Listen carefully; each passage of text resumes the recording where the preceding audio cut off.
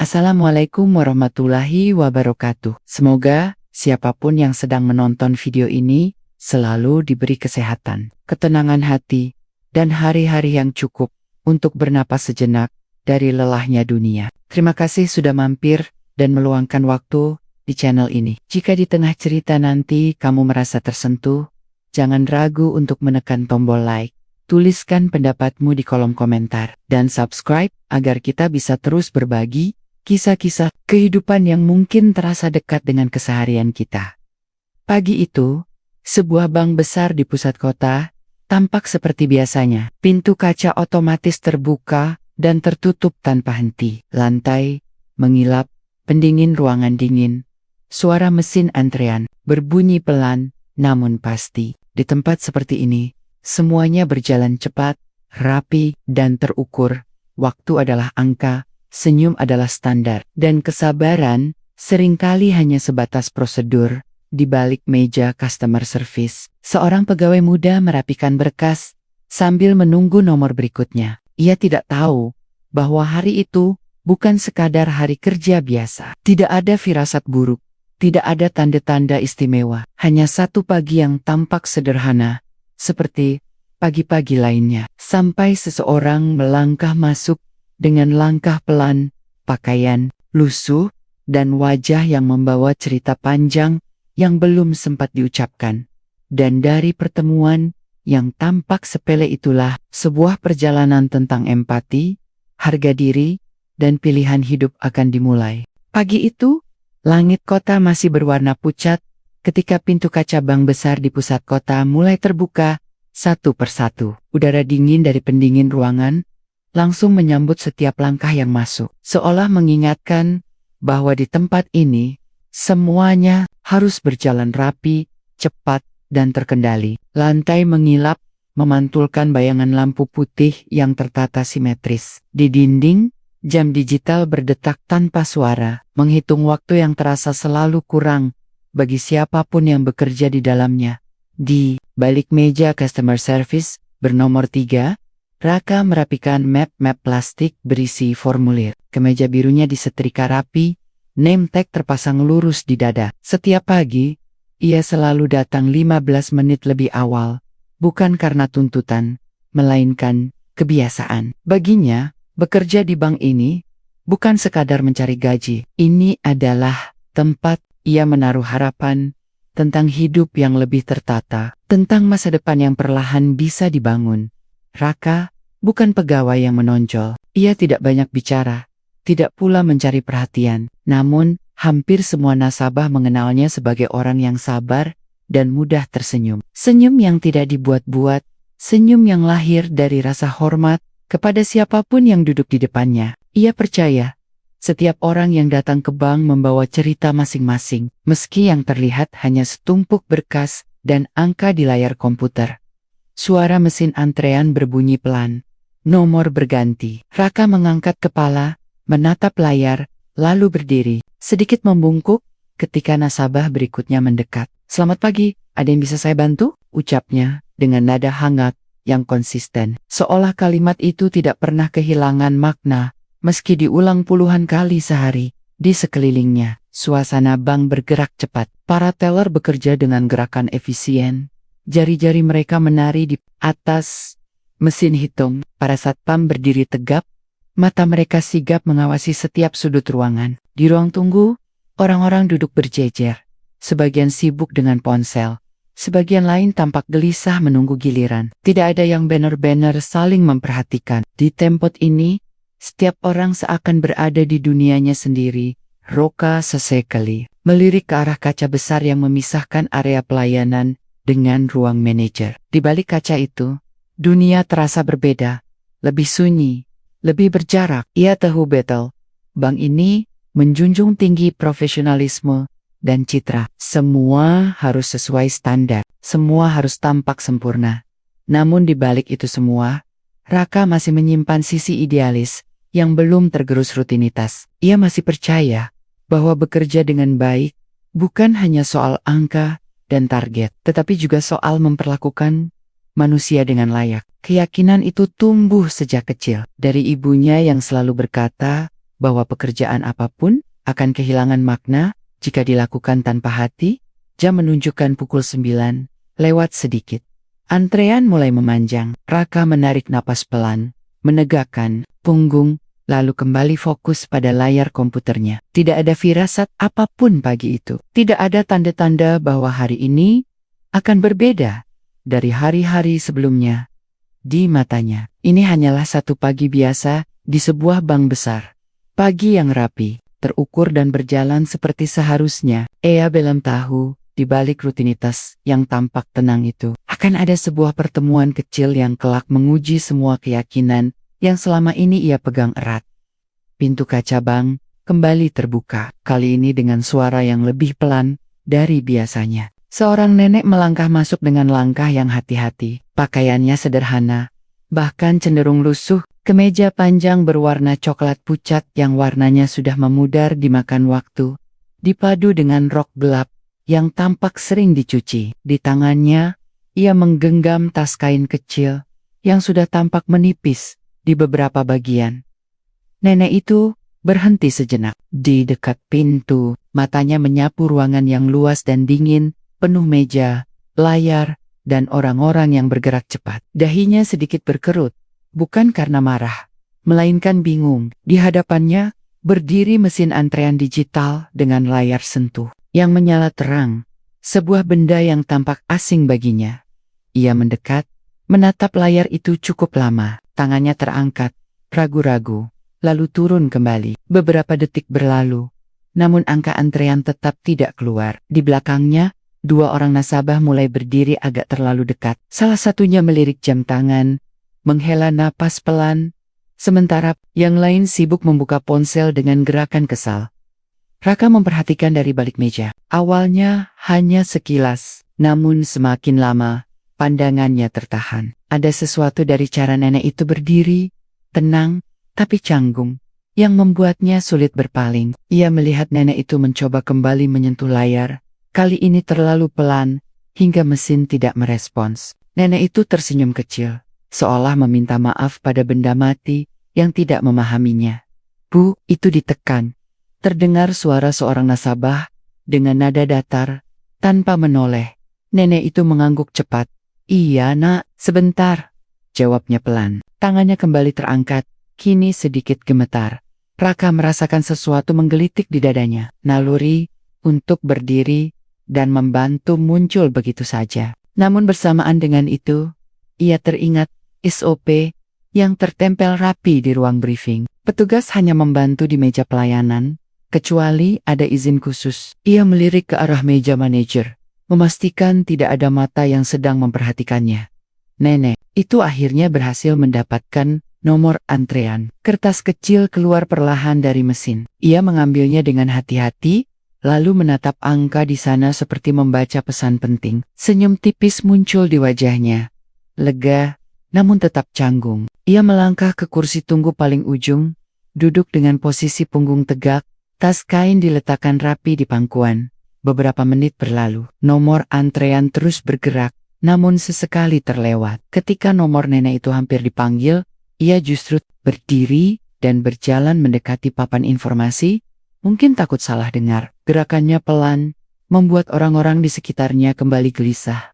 Raka memperhatikan semua itu. Kali ini, lebih lama. Ia melihat nenek itu memegang kertas antrean dengan kedua tangan, seolah takut kehilangan satu-satunya pegangan di tempat asing ini. Tanpa sadar, Raka tersenyum kecil. Ada rasa hangat yang muncul, rasa yang jarang ia temui di tengah rutinitas kaku bank. Ketika nomor nenek itu akhirnya terpanggil, ia tampak kebingungan mencari meja yang dituju. Raka berdiri sedikit, mengangkat tangan, lalu berkata dengan suara lembut, "Bu, kesini ya. Meja nomor 3. Nenek itu menoleh. Mata mereka bertemu. Wajah nenek itu langsung berubah. Lebih tenang. "Oh, iya nak. Terima kasih," katanya sambil tersenyum. Senyum yang sederhana namun tulus. Langkahnya menuju meja Raka terasa seperti langkah seseorang yang akhirnya menemukan arah. Tidak ada ketegangan, tidak ada drama, hanya pertemuan kecil antara dua orang yang sama-sama tidak tahu bahwa dari interaksi ringan inilah sesuatu yang lebih besar perlahan, sedang bergerak mendekat. Nenek itu duduk perlahan di kursi depan meja Raka, seolah takut membuat suara berlebihan. Ia merapikan tas kainnya, lalu mengeluarkan beberapa lembar kertas yang sudah agak kusut. Tangannya berhenti sejenak di atas meja. Ragu, apakah harus menyerahkan semuanya atau menunggu instruksi. Raka tersenyum kecil, berusaha membuat suasana terasa ringan. Tidak apa-apa, Bu, kita pelan-pelan saja, katanya sambil mengambil satu formulir kosong dari laci. Ibu, mau keperluan apa hari ini? Nenek itu mencondongkan badan sedikit. Saya mau buka rekening, Nak, katanya. Sekarang harus isi banyak kertas, ujarnya lirih. Nada suaranya tidak mengeluh, hanya menerima. Raka mengangguk. Iya, Bu, tapi nanti saya bantu jelaskan. Ia mulai menunjuk kolom demi kolom, nama lengkap, alamat, pekerjaan. Nenek itu membaca dengan saksama, tidak terburu-buru. Sesekali ia bertanya, bukan karena tidak mengerti, tetapi ingin memastikan. Dari caranya memilih kata, Raka menangkap sesuatu yang berbeda. Nenek ini tidak sekadar tua dan bingung. Ada kejernihan berpikir yang tenang. Umur saya sudah 72, kata nenek itu sambil tersenyum tipis ketika sampai di kolom usia. Kadang saya sendiri lupa. Raka tertawa kecil. Sopan, kelihatannya ibu masih sehat. Sahakar, tidak banyak mau, jawab nenek itu ringan. Kalau terlalu banyak mau, kepala ikut berat. Jawaban itu membuat Raka berhenti sejenak menulis. Ia menatap nenek itu, lalu tersenyum. Ibu sering ke bank seperti ini? Nenek menggeleng. Tidak, saya lebih sering jalan kaki saja. Kalau uang, ya secukupnya. Anak saya dulu yang biasa mengurus.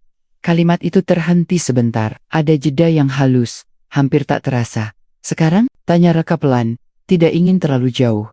Nenek menarik napas singkat. Sudah lama tidak ada, katanya singkat, tapi tidak pahit. Sejak itu, saya belajar mengurus sendiri, pelan-pelan. Raka mengangguk. Ia tidak bertanya lagi. Beberapa cerita tidak perlu digali lebih dalam untuk dipahami. Ia kembali menunjuk formulir, membantu nenek itu menuliskan alamat dengan rapi. Tulisan nenek itu agak miring, tapi jelas dan konsisten. Dulu ibu kerja apa? Tanya Raka ketika melihat kolom pekerjaan. Nenek itu tersenyum. Senyum yang sulit ditebak artinya. Pernah macam-macam, jawabnya. Mengajar, menulis, mengurus orang. Sekarang, ia mengurus diri sendiri saja. Raka tidak mengejar penjelasan. Ia justru merasa percakapan ini mengalir alami. Tidak seperti wawancara, lebih seperti dua orang yang kebetulan duduk berhadapan tanpa harus saling mengesankan. Namun, di sudut matanya, Raka mulai merasakan sesuatu yang berubah. Ia melihat bayangan bergerak di balik kaca ruang manajer. Atasan berdiri, menatap ke arah meja pelayanan. Tatapan itu tidak lama, tapi cukup membuat punggung Raka menegang sedikit. Ia tahu, waktu pelayanan nenek ini sudah lebih lama dari rata-rata. Ia juga tahu, beberapa pasang mata mulai melirik ke arah mereka. Tapi ketika ia menatap kembali ke wajah nenek itu, yang sedang berusaha menulis dengan hati-hati, berulang kali menghapus karena takut salah, rasa ragu itu kalah oleh sesuatu yang lebih sederhana, empati. Tidak apa-apa, Bu, kata Raka lembut, ketika nenek itu meminta formulir baru, karena tulisannya dianggapnya jelek. Yang penting, terbaca. Nenek itu menatap Raka sejenak, lalu tersenyum lebih hangat dari sebelumnya. Kamu orang baik, katanya pelan, hampir seperti berbicara pada diri sendiri. Raka hanya tersenyum. Ia belum tahu, di balik kalimat sederhana itu, ada perhatian lain yang mulai mengarah padanya. Perhatian yang tidak sehangat senyum sang nenek. Raka baru saja merapikan formulir. Terakhir ketika bayangan seseorang berhenti tepat di samping mejanya. Ia tidak perlu menoleh untuk tahu siapa itu. Aroma parfum yang terlalu rapi, sepatu pantofel hitam yang selalu mengilap, semua itu sudah cukup dikenalnya. Raka, suara itu terdengar tenang, nyaris ramah. Bisa sebentar? Raka Pak Arman, manajer layanan nasabah, berdiri dengan senyum tipis yang sulit diterjemahkan. Senyum yang tidak pernah benar-benar berarti senang. Raka mengangguk, lalu berdiri. Iya, Pak. Pak Arman memberi isyarat halus agar Raka mengikutinya ke samping. Tidak jauh dari meja, namun cukup untuk menjauh dari telinga nasabah. Dari sudut mata, Raka melihat nenek itu menunduk, tangannya masih memegang pulpen. Wajahnya tampak khawatir, seolah ia merasa telah merepotkan. Pelayanannya agak lama, kata Pak Arman. Suaranya tetap rendah. Antrean di luar sudah mulai padat. Iya Pak, tadi ibu ini masih bingung isi formulir, jawab Raka jujur. Pak Arman mengangguk pelan. Saya paham, tapi kita punya standar waktu. Bank ini bukan pos ronda. Orang datang ke sini mengharapkan pelayanan cepat dan profesional. Ia berhenti sejenak, lalu menambahkan dengan nada yang lebih dingin. Dan kita juga menjaga citra. Kata citra itu menggantung di udara. Raka menelan ludah. Ia tahu maksudnya. Penampilan nenek itu, pakaian lusuh, tas kain sederhana, tidak sesuai dengan gambaran nasabah yang diharapkan duduk lama di area depan. Bantu seperlunya saja, lanjut Pak Arman. Kalau sudah terlalu lama, arahkan ke meja informasi. Kita tidak bisa memanjakan semua orang. Raka mengangguk pelan. Baik, Pak Arman tersenyum tipis lagi, lalu berjalan pergi. Langkahnya tenang, seolah percakapan barusan hanyalah pengingat ringan, bukan tekanan. Raka kembali ke mejanya. Nenek itu menatapnya ragu. Nak, kalau saya bikin repot, tidak apa-apa kalau dilanjut nanti saja, ucapnya pelan. Kalimat itu menusuk Raka lebih dalam daripada teguran atasannya. Ia duduk kembali, membuka formulir di depannya. Di kepalanya, dua suara mulai bertabrakan. SOP, target waktu, penilaian kinerja, dan suara ibunya dulu, yang selalu berkata bahwa orang tua pantas diperlakukan dengan sabar, bukan sekadar sopan. Tidak Bu, jawab Raka akhirnya, berusaha terdengar tenang. Kita lanjut sedikit lagi, namun tangannya kini bergerak lebih cepat. Matanya sesekali melirik ke arah kaca ruang manajer. Setiap detik terasa lebih berat dari sebelumnya. Ia merasa seperti berjalan di garis tipis. Di satu sisi, ingin membantu sepenuh hati, di sisi lain takut melangkah terlalu jauh. Di luar, antrean semakin panjang. Seorang nasabah berdiri sambil melipat tangan, wajahnya jelas tidak sabar. Mesin antrean berbunyi, memanggil nomor demi nomor. Dunia bank tetap bergerak, tidak peduli pada pergulatan kecil yang sedang terjadi di satu meja customer service. Nenek itu menyadari perubahan itu. Kamu jangan sampai dimarahi karena saya, katanya lirih. Raka tersenyum kecil, tapi senyum itu tidak selega sebelumnya. Tidak apa-apa Bu. Ia sendiri tidak sepenuhnya yakin dengan jawabannya di dalam dirinya. Sesuatu mulai bergeser. Ini bukan lagi sekadar membantu mengisi formulir. Ini tentang pilihan-pilihan kecil yang perlahan membentuk siapa dirinya. Konflik itu belum meledak, belum terlihat oleh siapapun. Namun Raka tahu, ia sedang berdiri di awal sebuah persimpangan. Dan apapun yang ia pilih setelah ini, tidak akan sepenuhnya tanpa konsekuensi.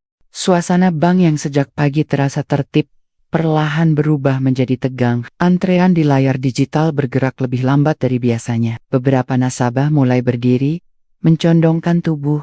Seolah dengan begitu, waktu bisa dipercepat. Gumaman kecil, terdengar. Tidak keras, tapi cukup untuk menciptakan tekanan yang merayap ke setiap sudut ruangan.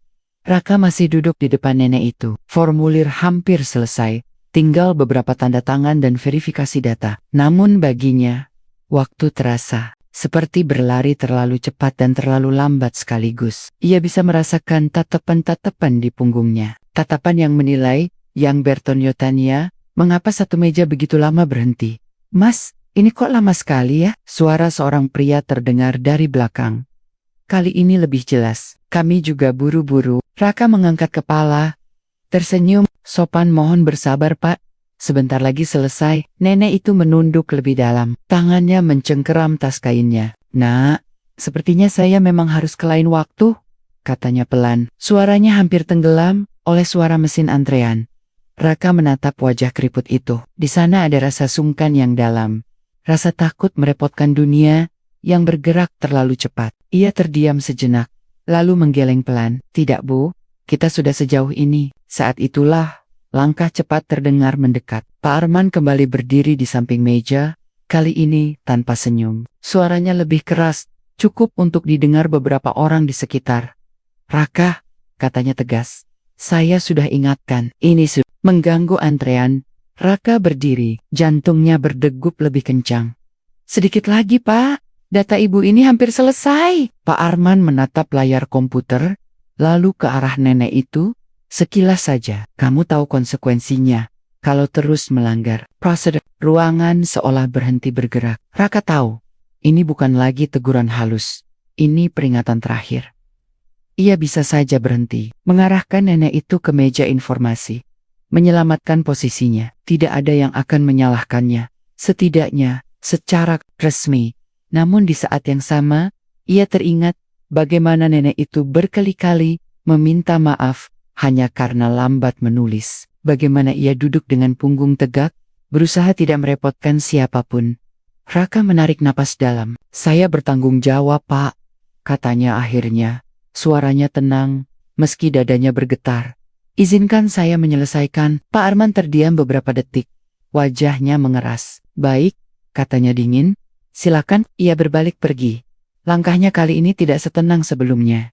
Raka duduk kembali. Tangannya sedikit gemetar saat menyerahkan pulpen kepada nenek itu. Di sini, Bu, katanya lembut. Nenek itu menatap Raka lama. Matanya berkaca-kaca. Kenapa kamu mau sejauh ini? Tanyanya pelan. Raka tersenyum tipis. Karena, kalau bukan, sekarang, mungkin ibu tidak akan datang lagi. Nenek itu menandatangani formulir dengan hati-hati. Satu goresan, lalu berhenti. Menghela napas. Lalu, goresan. Berikutnya, ketika semuanya selesai, Raka menutup map itu perlahan. Seolah menutup sebuah bab penting dalam hidupnya sendiri. Sudah, Bu? Katanya. Selesai? Nenek itu mengangguk, lalu berdiri. Ia menggenggam tangan Raka sebentar, sentuhan singkat, tapi penuh makna. Apapun yang terjadi nanti, katanya lirih, kamu sudah melakukan hal yang benar. Raka tidak menjawab. Ia hanya menatap nenek itu berjalan menjauh, menuju pintu keluar bank. Di dalam dirinya, ada rasa lega, bercampur takut. Ia tahu, keputusan barusan telah mengubah segalanya. Ini bukan lagi soal aturan kerja atau penilaian atasan. Ini soal prinsip hidup. Dan prinsip, sekali dipilih, tidak pernah bisa ditarik kembali tanpa meninggalkan luka. Tidak lama setelah nenek itu melangkah menuju pintu keluar, suasana bank kembali bergerak seperti semula. Mesin antrean berbunyi, langkah kaki terdengar, percakapan pelan kembali muncul. Namun, bagi Raka, dunia terasa seperti berjalan setengah detik lebih lambat. Ia masih berdiri di balik mejanya. Ketika Pak Arman muncul lagi, kali ini ditemani dua orang staf senior. Wajah mereka serius, tidak ada senyum basa-basi, tidak ada ajakan, bicara ke samping Raka, kata Pak Arman, dengan suara yang cukup keras untuk didengar banyak orang. Tolong berdiri. Percakapan di sekitar perlahan mereda, beberapa nasabah menoleh. Rekan-rekan kerja Raka menghentikan aktivitas mereka, meski pura-pura tetap sibuk. Raka berdiri. Ia sudah tahu, tidak ada jalan kembali. Kamu sudah beberapa kali melanggar prosedur pelayanan hari ini, lanjut Pak Arman. Saya sudah memberi peringatan langsung, tapi kamu memilih untuk mengabaikannya. Raka menelan ludah, tangannya mengepal pelan di sisi tubuhnya. Saya hanya membantu nasabah. Pak, bank ini punya standar. Potong Pak Arman. Kita tidak bisa mengorbankan efisiensi dan citra hanya karena satu orang. Kata citra itu kembali terdengar. Kali ini lebih keras, lebih tajam. Dengan ini, Pak Arman menarik map tipis dari tangannya. Kami memutuskan untuk menghentikan kontrak kerja kamu. Efektif hari ini, ruangan seketika sunyi. Tidak ada gumaman. Tidak ada bisikan. Bahkan mesin antrean seolah berhenti berbunyi. Raka bisa merasakan puluhan pasang mata menatapnya. Ada yang iba, ada yang penasaran, ada juga yang sekadar ingin cepat selesai dengan drama yang mengganggu jadwal mereka. Di sudut ruangan, dekat pintu keluar, nenek itu berdiri. Ia menunduk. Kedua tangannya saling menggenggam di depan dada, bahunya sedikit bergetar, seolah menahan sesuatu yang ingin jatuh. Raka menoleh ke arahnya sejenak, hanya sejenak, lalu ia kembali menatap Pak Arman. Dadanya terasa sesak, tapi wahannya tetap tenang. Saya mengerti, Pak, katanya pelan, tapi jelas. Beberapa rekan kerja Raka saling pandang. Ada yang membuka mulut seolah ingin bicara, lalu mengurungkannya kembali. Tidak ada yang berani menyela. Silakan bereskan barang-barang pribadi kamu, kata Pak Arman. Satpam akan mengantar. Raka mengangguk. Ia kembali ke mejanya, membuka laci, mengambil dompet, ponsel, dan satu foto kecil ibunya yang selalu ia simpan. Tangannya bergerak mekanis, seperti bukan miliknya sendiri. Di dalam kepalanya, kalimat-kalimat berputar tanpa suara. Selesai, sudah selesai. Saat ia melangkah pergi, nenek itu mengangkat kepala. Mata mereka bertemu. Raka tersenyum tipis, berusaha meyakinkan, entah nenek itu atau dirinya sendiri, bahwa semuanya baik-baik saja. Nenek itu mengangguk pelan, lalu menunduk kembali. Tidak ada kata yang keluar, tidak ada yang bisa diucapkan. Di ruang seluas ini, pintu kaca bank terbuka. Udara luar terasa hangat, kontras dengan dinginnya ruangan yang baru saja ia tinggalkan. Raka berhenti sejenak di ambang pintu. Ia menegakkan punggung, menarik napas panjang, lalu melangkah keluar. Di luar, suara kota menyambutnya seperti biasa, klakson, langkah kaki, dan herek pikak yang tidak peduli pada satu nasib kecil yang baru saja berubah arah. Raka berjalan menjauh, kepalanya tegak, meski di dalam dadanya sesuatu runtuh perlahan. Hari itu, ia kehilangan pekerjaannya, dan tanpa ia sadari sepenuhnya, ia juga sedang berada di titik terendah hidupnya, titik di mana segala keyakinan diuji, dan tidak ada jaminan apapun selain pilihan yang telah ia buat. 3 hari setelah kejadian itu, suasana bank berubah dengan cara yang tidak biasa. Bukan karena antrean panjang atau sistem yang bermasalah, melainkan karena sebuah kabar yang beredar cepat, berbisik dari satu meja ke meja lain, lalu menggendap, menjadi ketegangan yang sulit disembunyikan. Pagi itu, rapat mendadak dijadwalkan. Semua staf diminta hadir. Pak Arman terlihat lebih rapi dari biasanya, namun wajahnya justru tegang. Ia berkali-kali mengecek ponsel, sesuatu yang jarang ia lakukan di jam kerja. Di ruang rapat, layar besar menyala. Logo Yayasan Pendidikan Ekonomi Nasional terpampang jelas. Beberapa staf saling pandang, merasa familiar namun tidak benar-benar memahami apa yang akan terjadi. Tak lama kemudian, seorang direktur pusat muncul melalui sambungan video. Suaranya tenang, namun setiap kata yang keluar terdengar berat. Kami ingin menyampaikan klarifikasi, katanya, terkait kunjungan seorang nasabah beberapa hari lalu. Ruangan menjadi hening.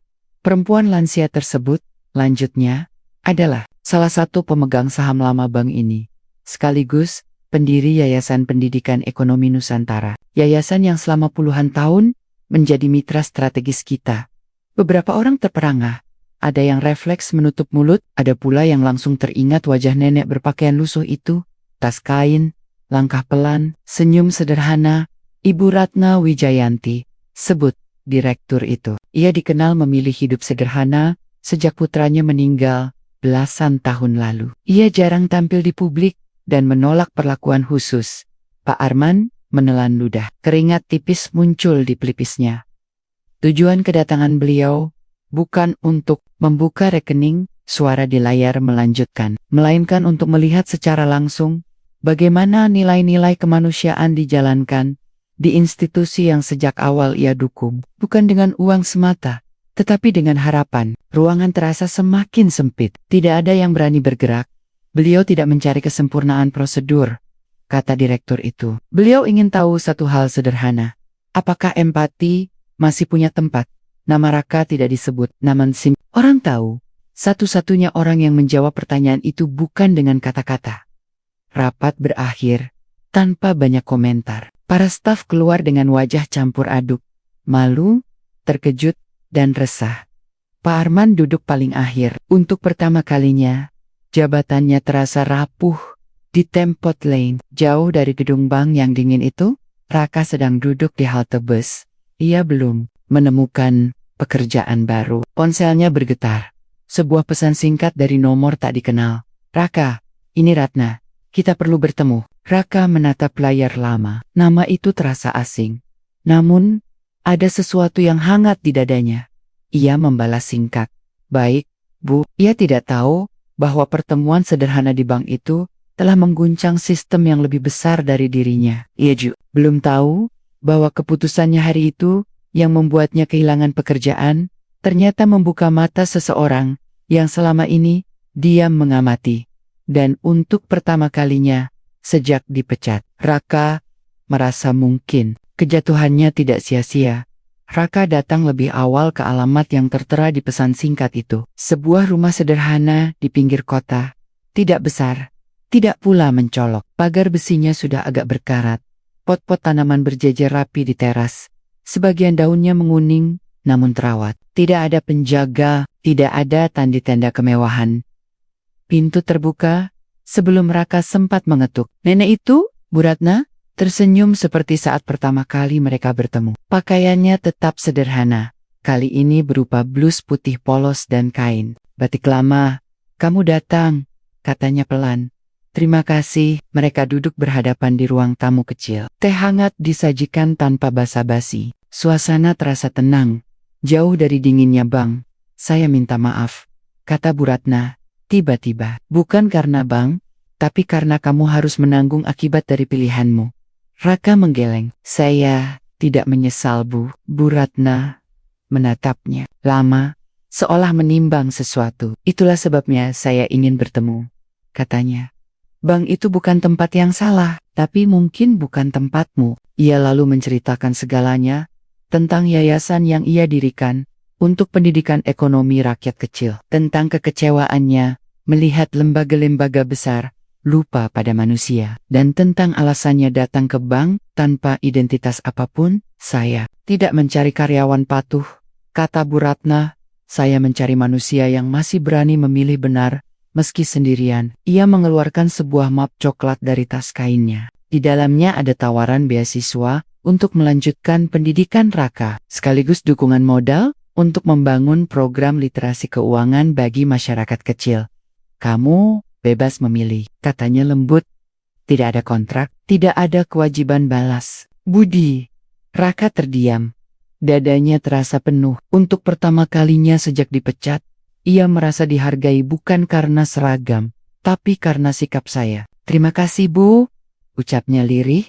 Bu Ratna tersenyum. "Terima kasih kembali, karena kamu mengingatkan saya bahwa empati masih hidup." Beberapa bulan kemudian, Raka tidak lagi duduk di balik meja bank. Ia mengajar ibu-ibu pasar mengelola keuangan. Ia menemani lansia membuka rekening tanpa rasa takut. Hidupnya tidak lebih mudah, tapi terasa lebih jujur. Cerita ini mengajarkan kita satu hal penting.